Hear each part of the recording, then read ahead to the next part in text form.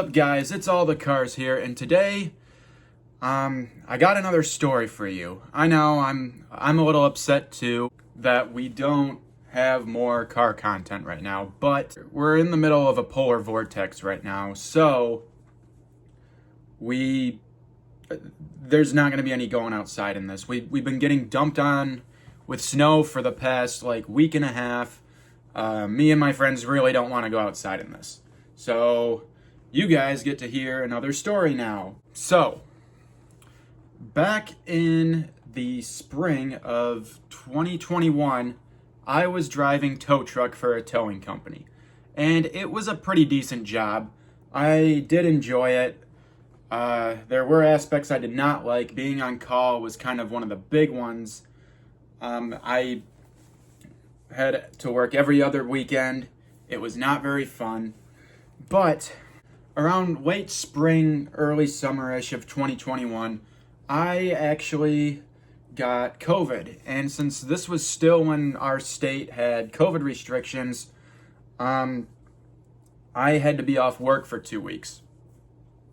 And in that time, my sleep schedule got so messed up because my family historically is built for second shift.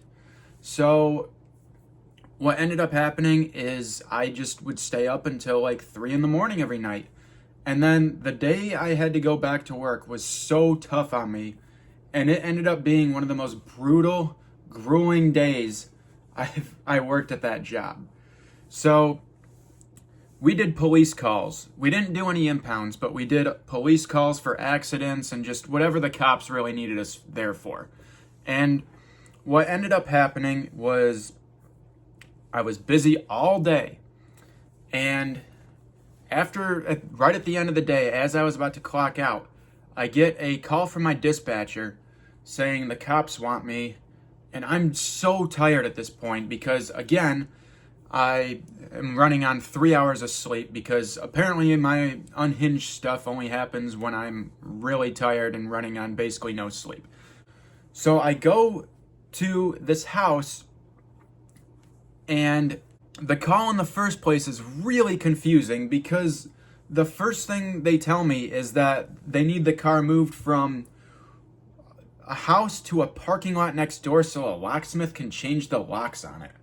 And I'm really, really confused because that seems weird, but we kind of answer to the cops, so I kind of have to do what the cops say in this point. After that, it's about 5 minutes before I'm supposed to clock out, so I'm not too happy. And so there's a GMT 800 with a back window smashed out for some reason, and the cops are there, or they're not even there. And so I'm really, really confused because I'm like, this is the spot? And they're like, yeah, just tow it 100 yards down the road to this business parking lot and a locksmith will take care of the rest. And I'm like, let me check that I'm supposed to be doing this with my dispatcher. And so I call my dispatcher up, and she tells me, yeah, that's what you're supposed to be doing. I'm like, okay, I guess I'm gonna do this. So I hook my chains up to the truck and get my bed all set up and get it ready to get on. Right when I stand up from doing this and I'm ready to throw it in neutral and pull it up my truck, this car comes flying down the road and pulls into the front yard of this house and through the grass. And this lady in absolute hysterics jumps out and starts telling me about how her ex-boyfriend, who's that guy, is a piece of garbage and how he was in jail and was abusive and stuff. And I'm like, oh boy. And keep in mind, there's still no cops here. So things are ramping up, and this is about to be a domestic dispute.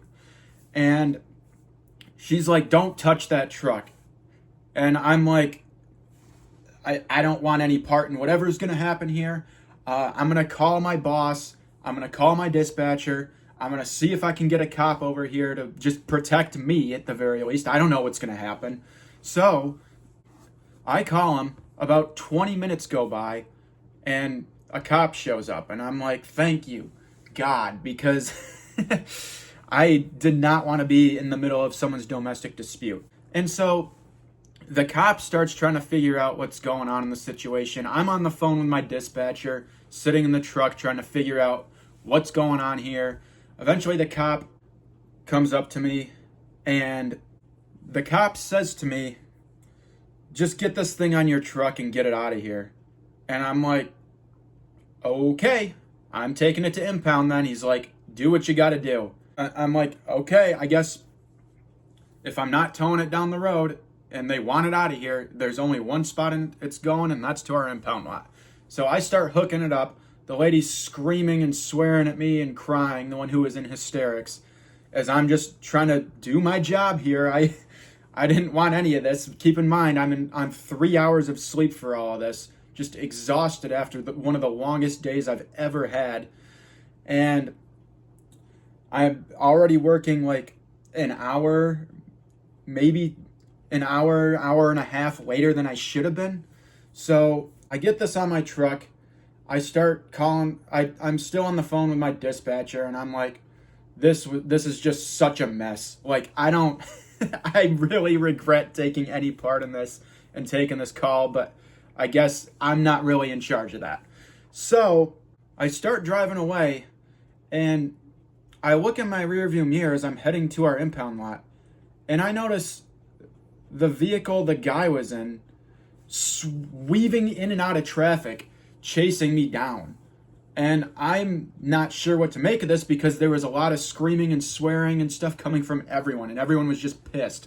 So I was like thinking, this guy's coming to get the truck, and he's gonna like threaten me or do whatever it takes to get the truck. So I call my boss. I'm like shaking because I'm being followed, and my boss is like, just start driving around, stay on the phone with me. So I got my boss, he's like, I'm going to grab my gun, and I will try and like get with this guy.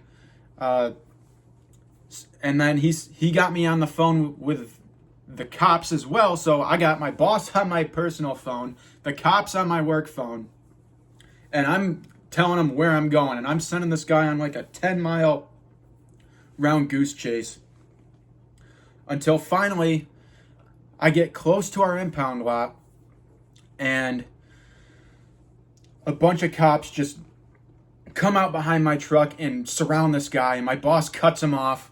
It was pretty crazy. It was like a full sting operation. The whole time I'm like shaking though, because I'm like, this guy might have a gun. I don't know like what's gonna happen here. So I was really scared. They like get this guy out of the truck and stuff, and they start questioning him and stuff, and he's like, I was just following it so that like I could pay for it. I didn't know like the driver was freaked out or anything. I was wondering where he was going, because he was going like in a huge loop, and I'm like, well, shoot, that's a little bit of a misunderstanding, but dude, you can't just do that, or at the very least call and like call the company name on the side of the truck and be like, hey, I don't know where your driver's taking this, but I'm trying to pay for it. But he ended up having me take it to some storage unit where I dropped it off, and then he paid for it out of pocket. He was really cool after that incident. I mean, if he wasn't going to be cool, the cops were with us. So I ended up getting off work, and I just went straight to the store and got a beer. That was, I was like, I really need one after that. I didn't get home. I was supposed to be off work at 6 p.m. and I don't think I got home until 9:30 that night. I wasn't too happy, but it gave me a memorable story. I have a lot of memorable stories. A lot of crazy stuff has happened to me. So if you guys want to hear more stories, hit the like button, subscribe, comment, share it with your friends, and I will try to get some more car content out to you. Like I said, it's so tough right now in the winter with all this.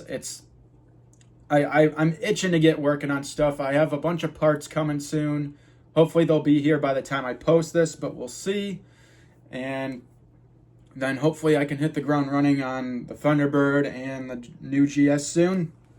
But for now, let me know if you want more stories, and I will see you in the next one. Bye.